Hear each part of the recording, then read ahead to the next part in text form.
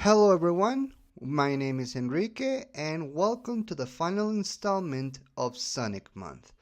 And now it's time to talk about one of my favorite movies of all time that surpassed the second movie. One that a lot of people were waiting into anticipation. One that many others have declared one of the greatest Sonic movies of all time. One that many people, okay, you get the idea. I have been a lot about this movie, but there's a reason why.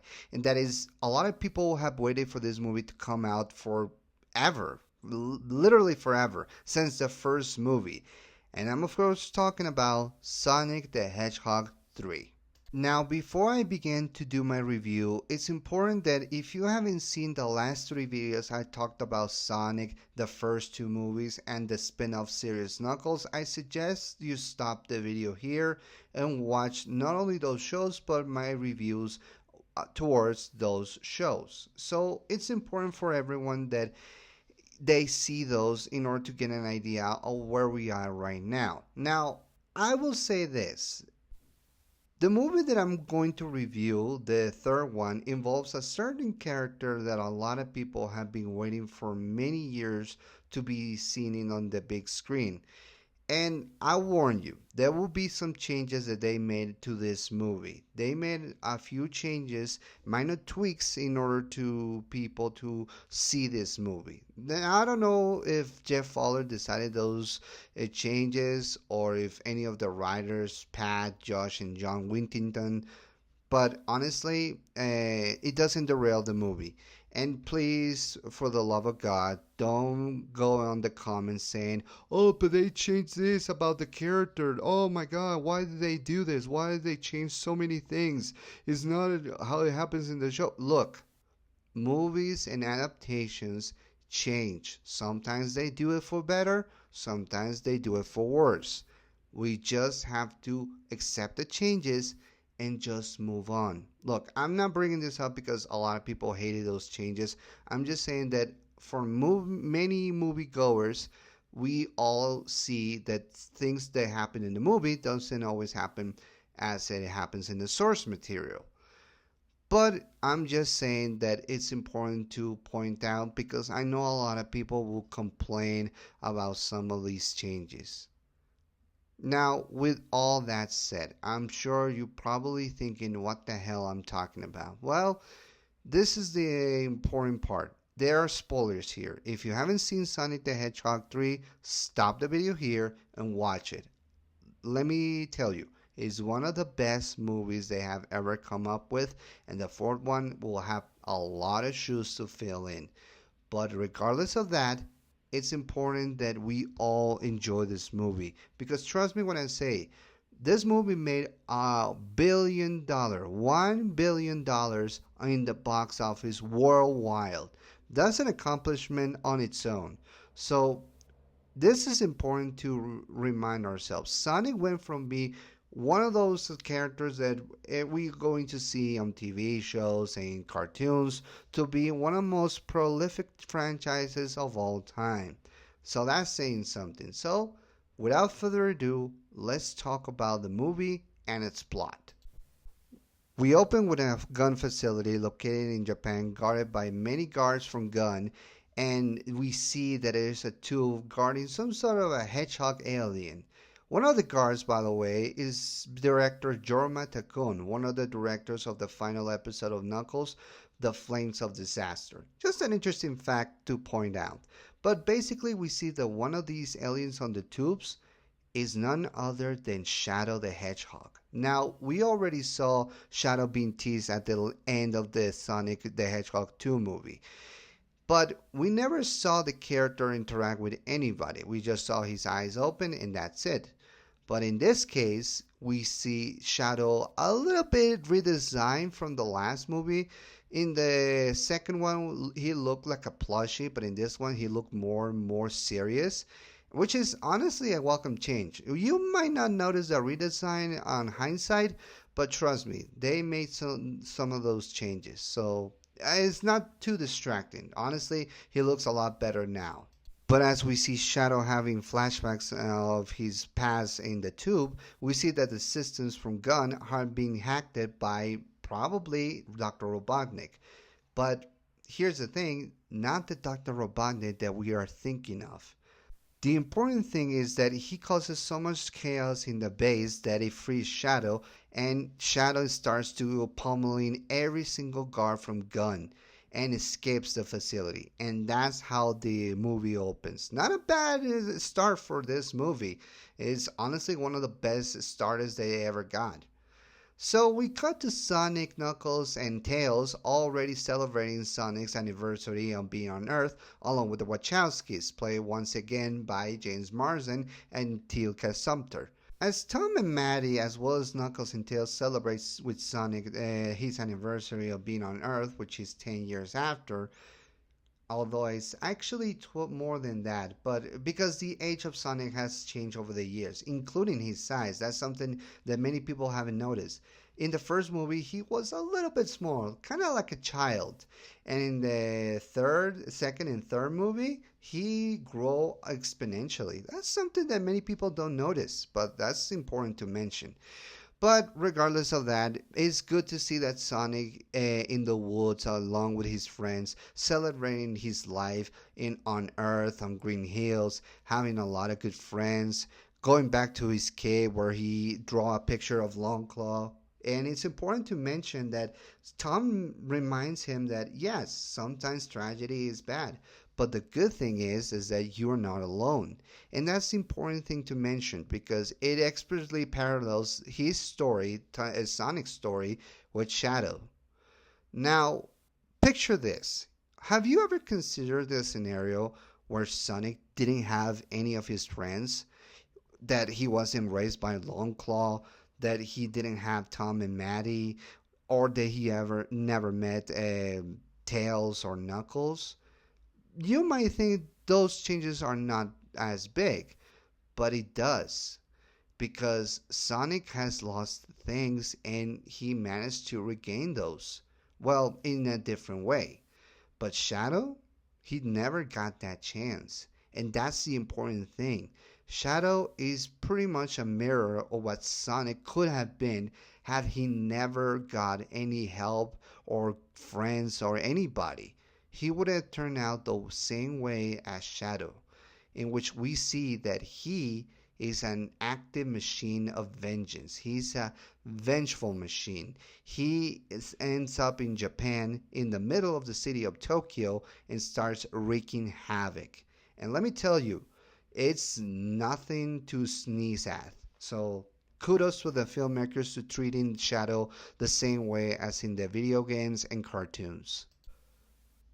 As the chaos ensues in Japan, we see that director Rockwell, played by the great Kristen Ritter, better known for her roles as, of course, Jessica Jones on the Marvel Netflix shows, although I should mention the Marvel Disney Plus shows because they already stopped being on Netflix. It's a long story, but basically Director Rockwell, or in this case Commander Rockwell, incites the help from Sonic and his team. So Sonic, Knuckles, and Tails travel to Japan in order to capture and detain Shadow. But as they land and see Shadow, they realize that he is a bigger enemy than the ones they have faced before. Because Shadow, with one fell swoop, stops the whole team. Sonic, Knuckles, Tails, they're not matched for him. And basically, he pummels the floor with them. And that's important to know because a lot of people have mentioned on the many other medias that Shadow is one of the most powerful beings, even more powerful than Sonic. He has this energy power called Chaos Control, which is something that I should mention. That is his catchphrase, Chaos Control. But he doesn't mention it in the movies, but please don't be pissed at it. It's just the beginning of Shadow, and we all know that we are going to see him in other forms of media. Spoilers if you haven't seen the movie, again. But yeah, basically Shadow doesn't care about Sonic and his team, and he's more worried about revenge. So yeah, oh, I should mention, in the fight scenes that we saw on Japan, Shadow is sports not only a bicycle but also a gun, and he gets a chase in with Sonic. And let me tell you, they pay homage to the to the image that we all associate with Shadow, riding a bicycle, having a gun, shooting all everywhere. It's kind of like John Wick, and ironically enough, is voiced by the John Wick himself, Keanu Reeves. More on the characters later, but basically we see that Shadow escapes and Sonic has to regroup with the team in order to figure out what to do. That's when we get the appearance of Commando Walters, played once again by Tom Butler. Now, with this guy, we see the backstory of Shadow. He tells the story of an alien asteroid that came from Earth, and Walters was one of the people in charge to oversee this creature, which was Shadow. We see that they experimented on him, make sure that he was controlled and he was already in good care, but something happened in the past that turned everything upside down, which is something that we will see later on in the movie. But regardless, he put a Shadow on ice, and he has been stopping him from reviving as well ever since he was a young agent.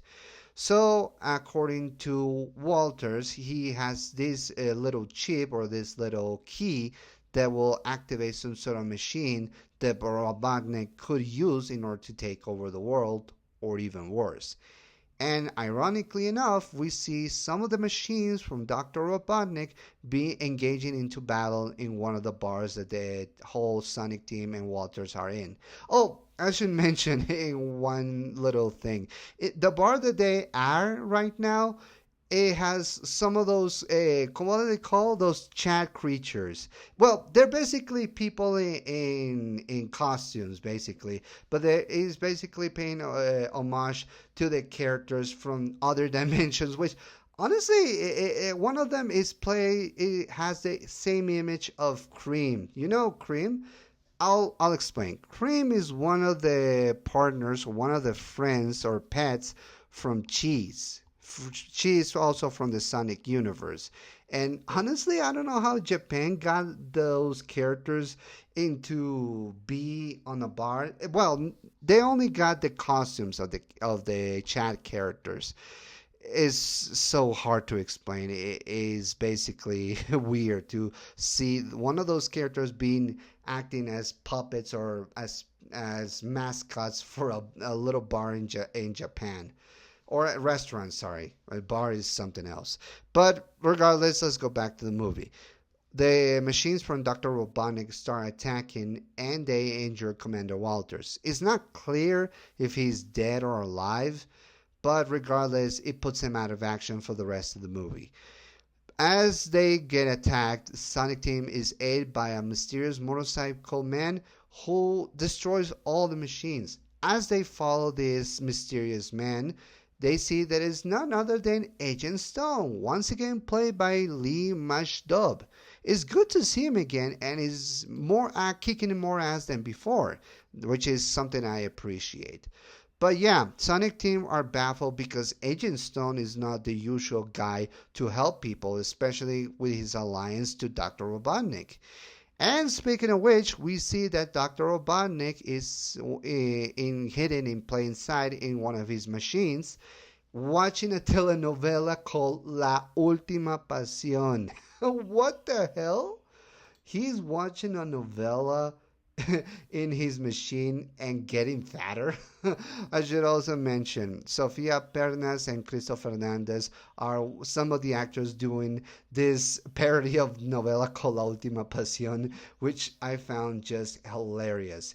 If you don't know who Christopher Fernandez is, sorry, he's the bartender from Venom: The Last Dance, as well as being one of the boys of the Autobots in Transformers: Rise of the Beast. I'll get to one of those movies eventually. Well, I already reviewed Venom. If you want to check that out, the link is in the description. Please check it out. But going back to the movie again, we see that Dr. Robotnik had not only gotten fatter, but also looking more disheveled and like a hobo. But the thing that we found out about this movie is that his machines were not activated by him. Aibo didn't know about his machines reigniting and attacking Sonic Team. Even if he wanted to attack Sonic, he would have done so directly. But in this case, it was something that he was caught by surprise, which puts him on a path of joining forces with Sonic Team. And in the most hilarious scenes of all time, we see that Dr. Robotnik is getting ready, ripping off one of the shirts from Agent Stone. Well, that's just priceless. And it puts the focus where it is right now, which is Sonic Team, Sonic, Knuckles, and Tails, along with Agent Stone and Dr. Robotnik, join forces in order to stop this creature. Speaking of Shadow, we see him go back to the base where he used to be at all those years before. We see the flashbacks where we see waking up and befriending a girl called Maria. Now, everybody who knows about Shadow and his history knows about Maria Robotnik, playing this movie by Alaya Brown. Now, it's important to mention that the backstory of Maria and Shadow has a little changes, and there's a reason why. So, in this movie, we see that both Shadow and Maria are forming a friendship. They are doing a lot of games, playing music, watching movies, and we see touching scenes of Shadow talking to Maria, realizing that he feels like a monster, that he is misunderstood. But Maria tells him that he's not a monster, that he can be something good, something that many people could see as an inspiration. That's all gonna end in tragedy for him after that. But regardless of those memories, we see that Shadow is being surprised by another mysterious figure, which leads us to Sonic and Robotnik and Agent Stone looking at the place that Shadow is at right now. As Shadow captures the rest of the Sonic team, we see that Dr. Robotnik encounters Dr. Robotnik, or, if I may phrase here, Dr. Gerald Robotnik, played also by Jim Carrey.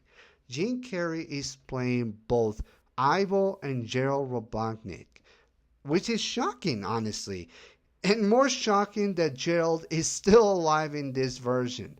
Now, there's something that we need to mention in this movie. This has a lot of changes from the video game as well as in other forms of media.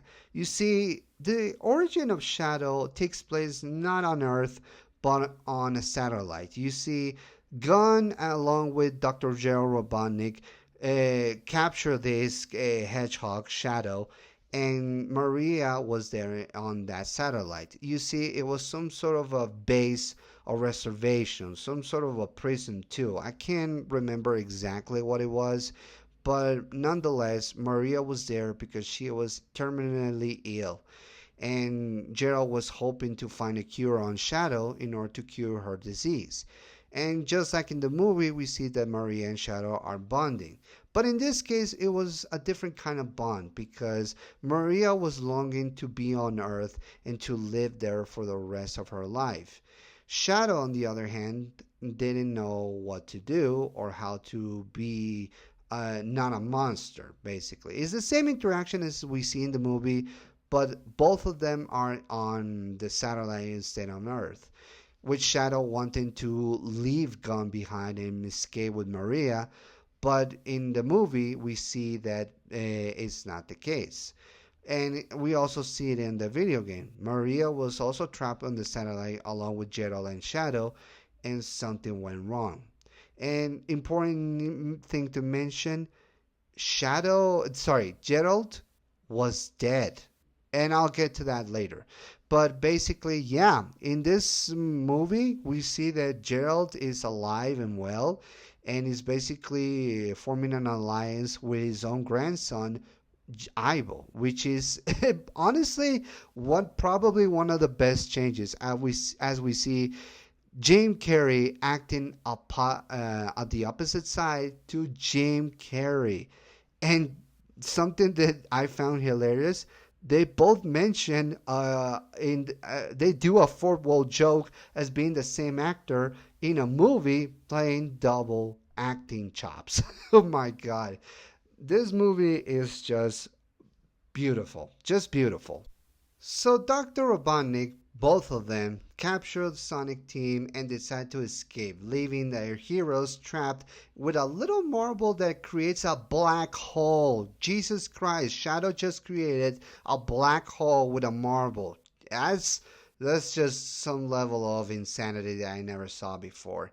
But yeah, basically the plan from both Robotniks is to capture the second key because, as we saw, Agent Commander Walters had one key, but the other key is in the other base, which is guarded by Gunn, which is located in London of all places. So the Sonic team managed to escape by the skin of their teeth and get the help from Tom and Maddie in order to get the other key to avoid the Robotniks to use it and create something. That's something that we will see later on in the movie.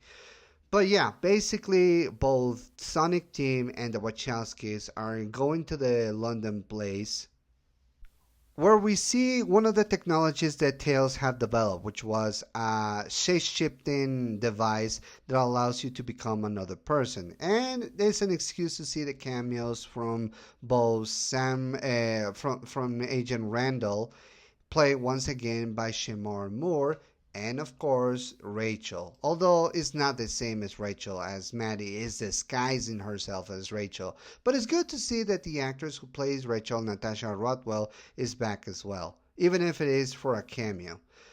But yeah, basically we see the Wachowskis infiltrating the vase, trying to go inside the installations in order to put some sort of a goober, or in this case a flash drive, inside one of the technological machines.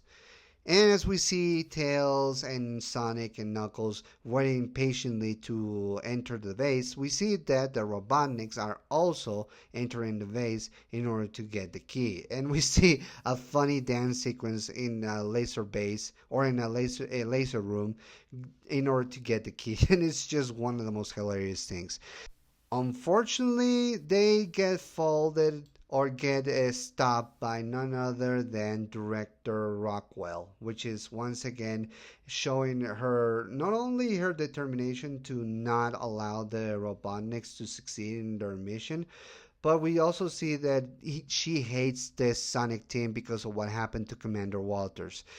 And basically also captures Sonic as well, and showing off that the key is in some sort of a room that not only can manipulate gravity, can make you be stuck on the floor or elevate you into gravity, or avoiding you from running. Which is honestly a good invention.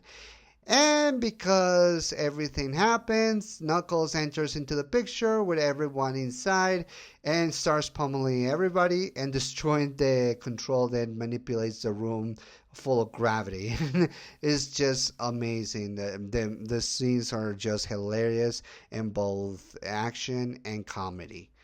But regardless of that, we see that Tom, disguising himself as Commander Walters, gets the key from Director Rockwell, but unfortunately, Shadow enters into the picture and injures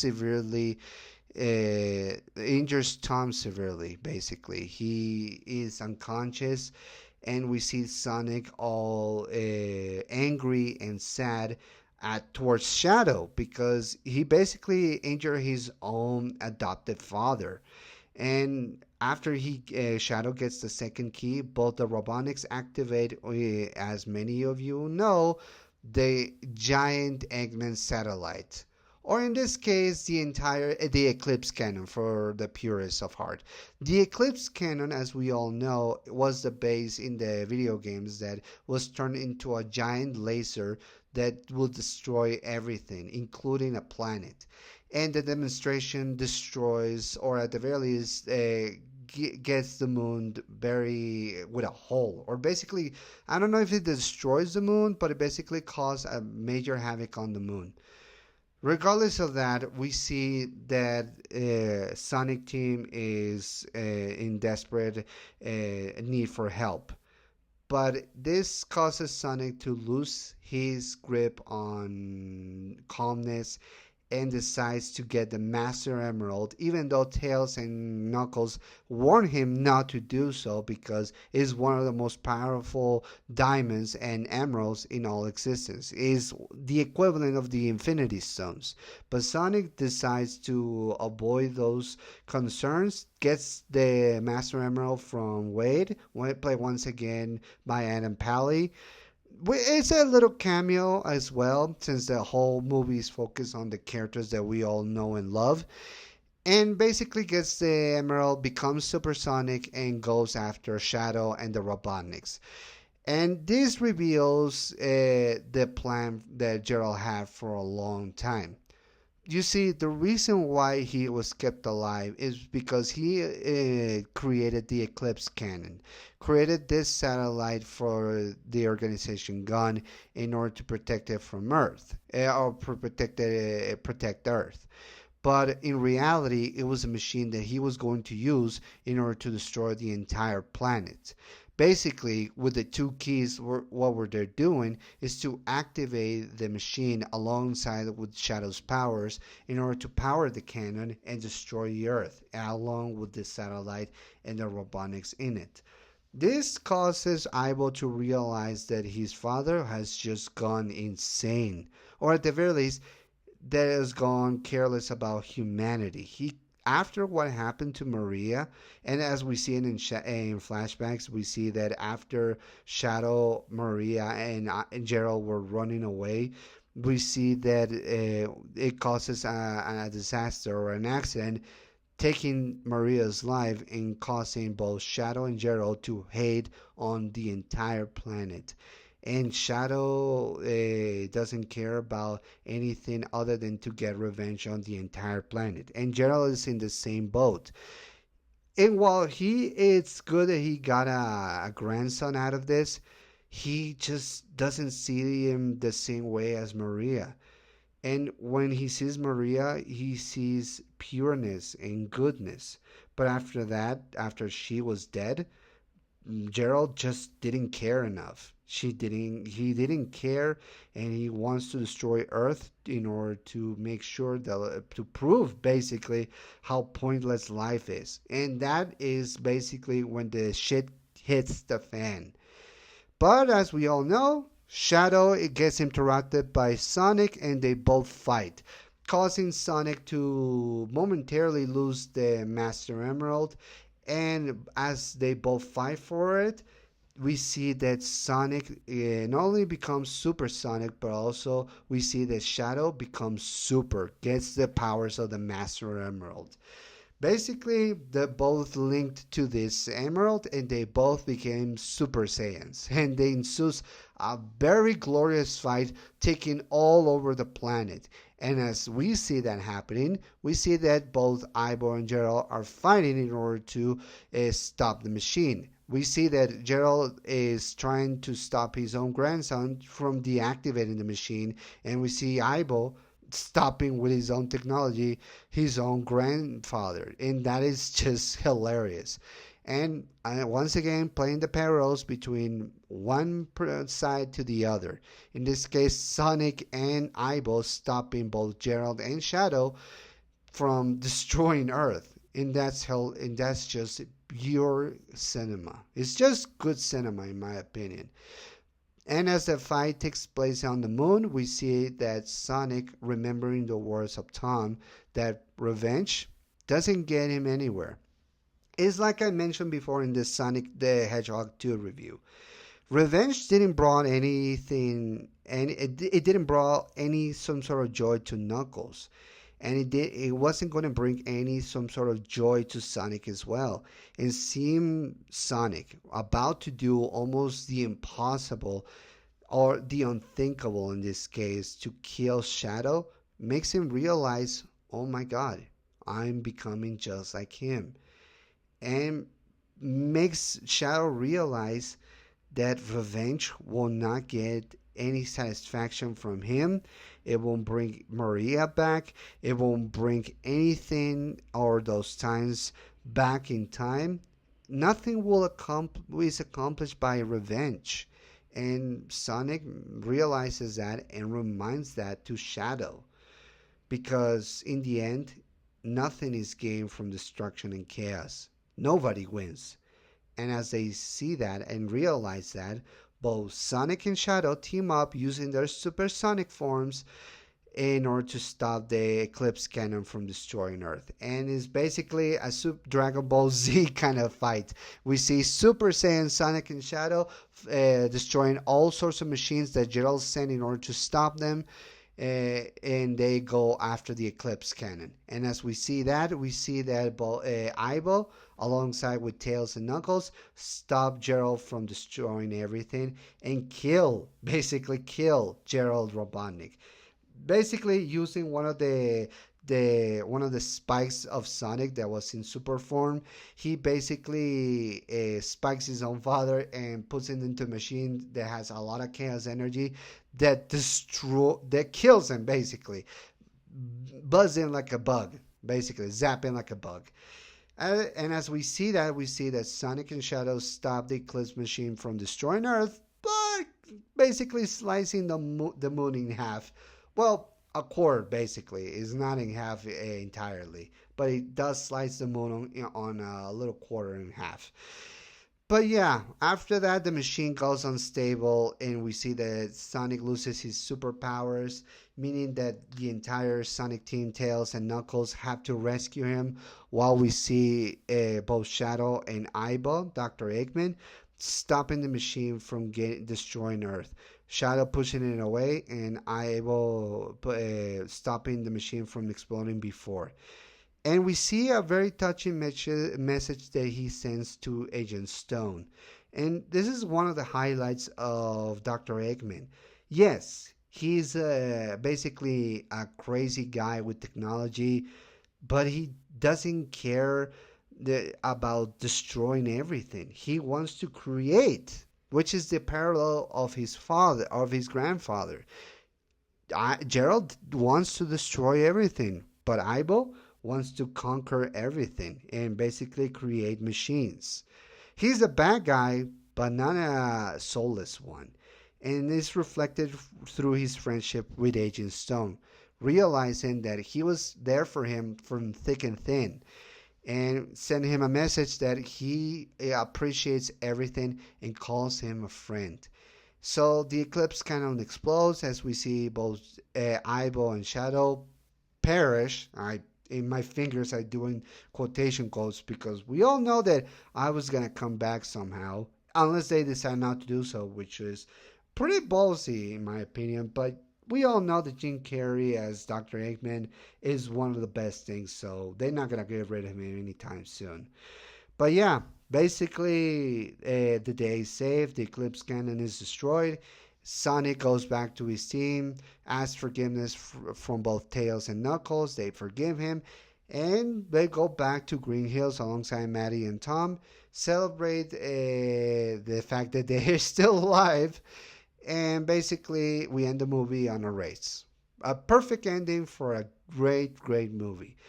And in the middle credits scene, we see that both that Sonic is in New York, and we see Metal Sonic alongside other copies of Metal Sonic attacking Sonic, only to be rescued by Amy Rose.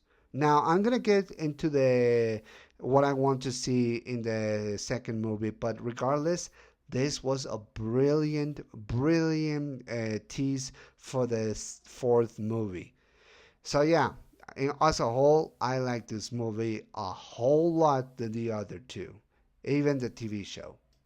Now that we got all the stories out of the way, let's talk about the characters. Now, it's important to tell that they put a lot more focus on Sonic, Tails, Knuckles, Dr. Eggman, and Shadow and Gerald as well. This is important to tell because a lot of the side characters, the Wachowskis, Randall, Rachel, even Commander Walter, sorry, and director Rockwell, they don't do much in this movie. All the human characters do less, except for, of course, Dr. Robotnik, the two of them, and Agent Stone.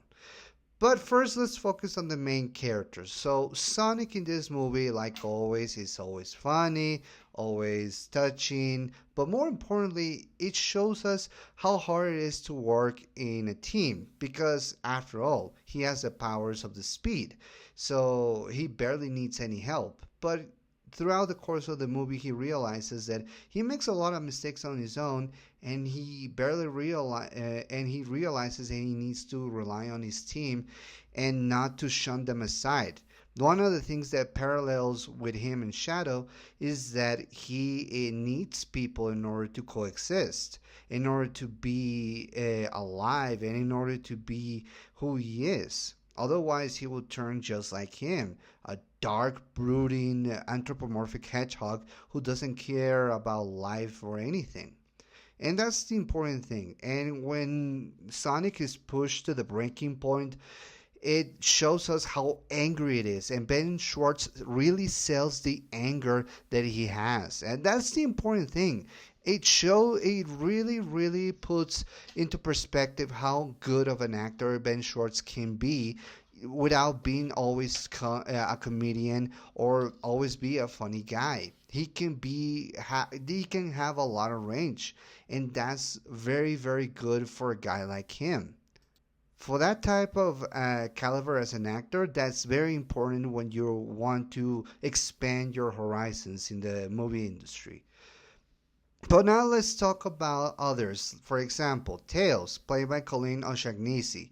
Now, important thing, while Tails is still friendly and always reliable with technology and all sorts of plans, he also still struggles to come up with inventions as well as ideas that still work. He still needs to rely a lot of improvisation, and it is good as well as rely on teamwork. Knuckles, played by Idris Elba, always hilarious to hear, and even though I didn't like very much his TV show, he still shines as Knuckles, and it still shows that Idris Elba has a good comedic timing. It really disappears when he does the character of Knuckles. It really shows us how much of a funny and diverse character Knuckles can be, even though his show didn't rely too much on him.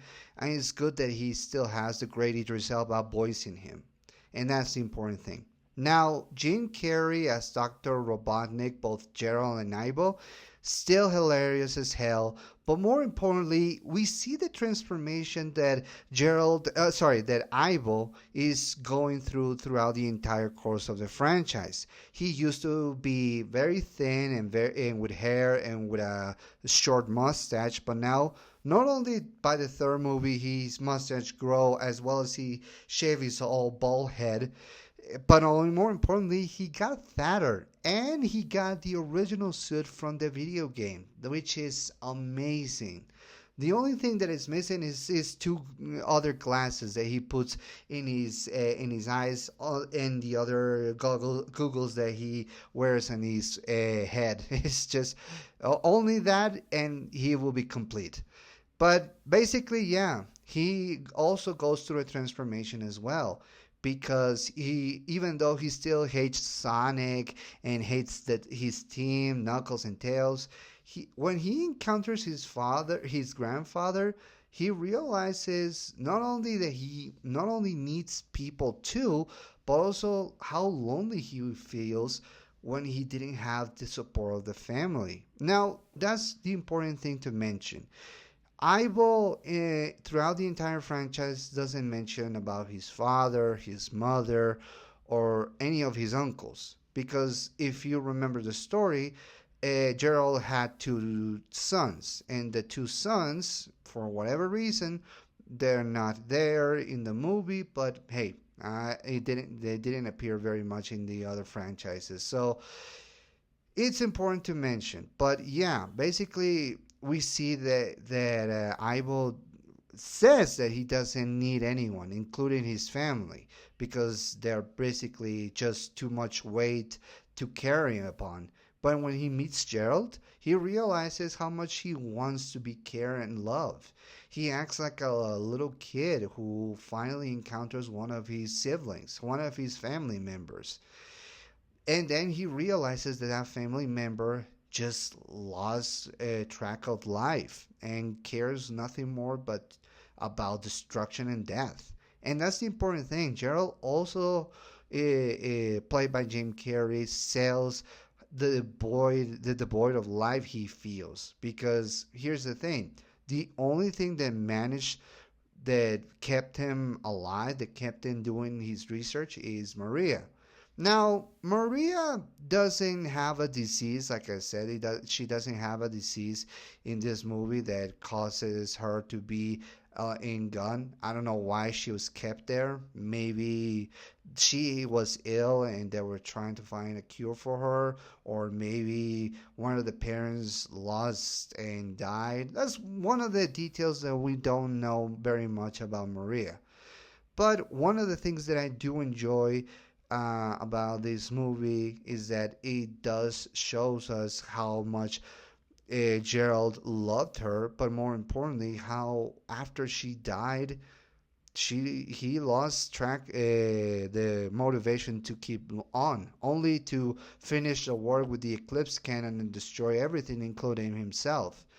So yeah, Jim Carrey pulls it off. It's still Jim Carrey doing Jim Carrey stuff as Ivo and Gerald, but I find it entertaining. And I'm glad that I also see the parallels between the grandson and the grandparent, how they both different despite the circumstances. And as well, Agent Stone, played by Lee Mashdub, is also a delight, showing the loyalty he has towards Dr. Robotnik and how he's willing to do anything to help him to accomplish his goals. And even so, to warn him about Gerald and his mission. So that's very, very good to hear, and it's good to see his character development. And it's good to know that finally Ivo, that Dr. Eggman, finally appreciates Stone for all his hard work. That is the highlight of the movie. But now let's talk about Shadow, played by Keanu Reeves. Now, mark my words when I say this: Keanu Reeves as Shadow is perfect. End quote. Now, one of the things that I really enjoy about Keanu's performance as Shadow is that he does channel the emotions and the depression and the brooding bad attitude that Shadow needs to have. It's one of the reasons why we all enjoy Keanu Reeves as a badass, because he can bring the level of broodiness and darkness to a character to a whole new level. And honestly, I heard a lot of voice actors do the Shadow voice, but they always look more young and hippie, and they look more like, oh, I'm gonna tell like this, or oh, I'm gonna tell like this. But it's basically no, I'm gonna talk like this. I am Shadow, and I'm going to destroy you. That's the performance that I got across from Keanu Reeves playing Shadow. Even his comedic timing, well, usually doesn't work for brooding guys like Shadow. It works for him because he's still keeping in touch with the character. He's still respecting the character, but also showing us how much of a funny guy can be. One of my favorite scenes, of course, is when Shadow is running around Tokyo on his motorcycle and a gun. That's one of the best highlights. But more importantly, his scenes with Maria, his scenes with Gerald, his fight scenes with Sonic, the fact that he's still struggling between life and death, and he hates everybody, including himself, for letting what happened to Maria happen anyway. And that's the important thing. At the end, he shows us also that Shadow is not a bad person, just suffering from the same circumstances as Sonic, but this time with Sonic helping him to realize that life is worth living, and bad guys like Gerald deserve to be stopped. And that's a good thing. Now, the movie, in the post-credit scene, we see that Shadow is still alive. So I hope he gets a spin-off series. But more importantly, I hope his spin-off series can explore more about Shadow. Don't rely on your human characters. Don't put Randall or Rachel and put him with Shadow and just make them about Randall and Rachel without Shadow. You need to rely on your characters because honestly, Shadow has a rich history with so many developments in his character. So I would say that you should stick with what works for you and make sure that Shadow gets explored further and further. Maybe do something new with him that we haven't seen in video games or cartoons. I would say keep those, and I will bow or I make a petition that Keanu Reeves should play Shadow from here on out. The man shows us how much he understands this character and how much reliable he can be as a voice actor for Shadow. It's truly impressive. This, alongside with his characterization as John Wick and Neo in the Matrix movies, I would say Keanu really nailed it to the bone. Really, really nailed it. The effects are a lot better than before. I'm glad that they rely more on the Sonic world. We see more Sonic, more Tails, more Knuckles. The scenes of action sequences when they're in supersonic mode, when they fight on the Eclipse cannon, fighting all sorts of robots, all sorts of things that they are relying more and more on the Sonic world, and that's the important thing. Hell, the effects of Metal Sonic and Amy are great, and they are only there for a few seconds. So yeah, this is a great show off of special effects, and it really helps a lot that they use puppetry as well as statues of them that they made in silicone that helps create the illusion that they are talking to you in real life. That's the important thing.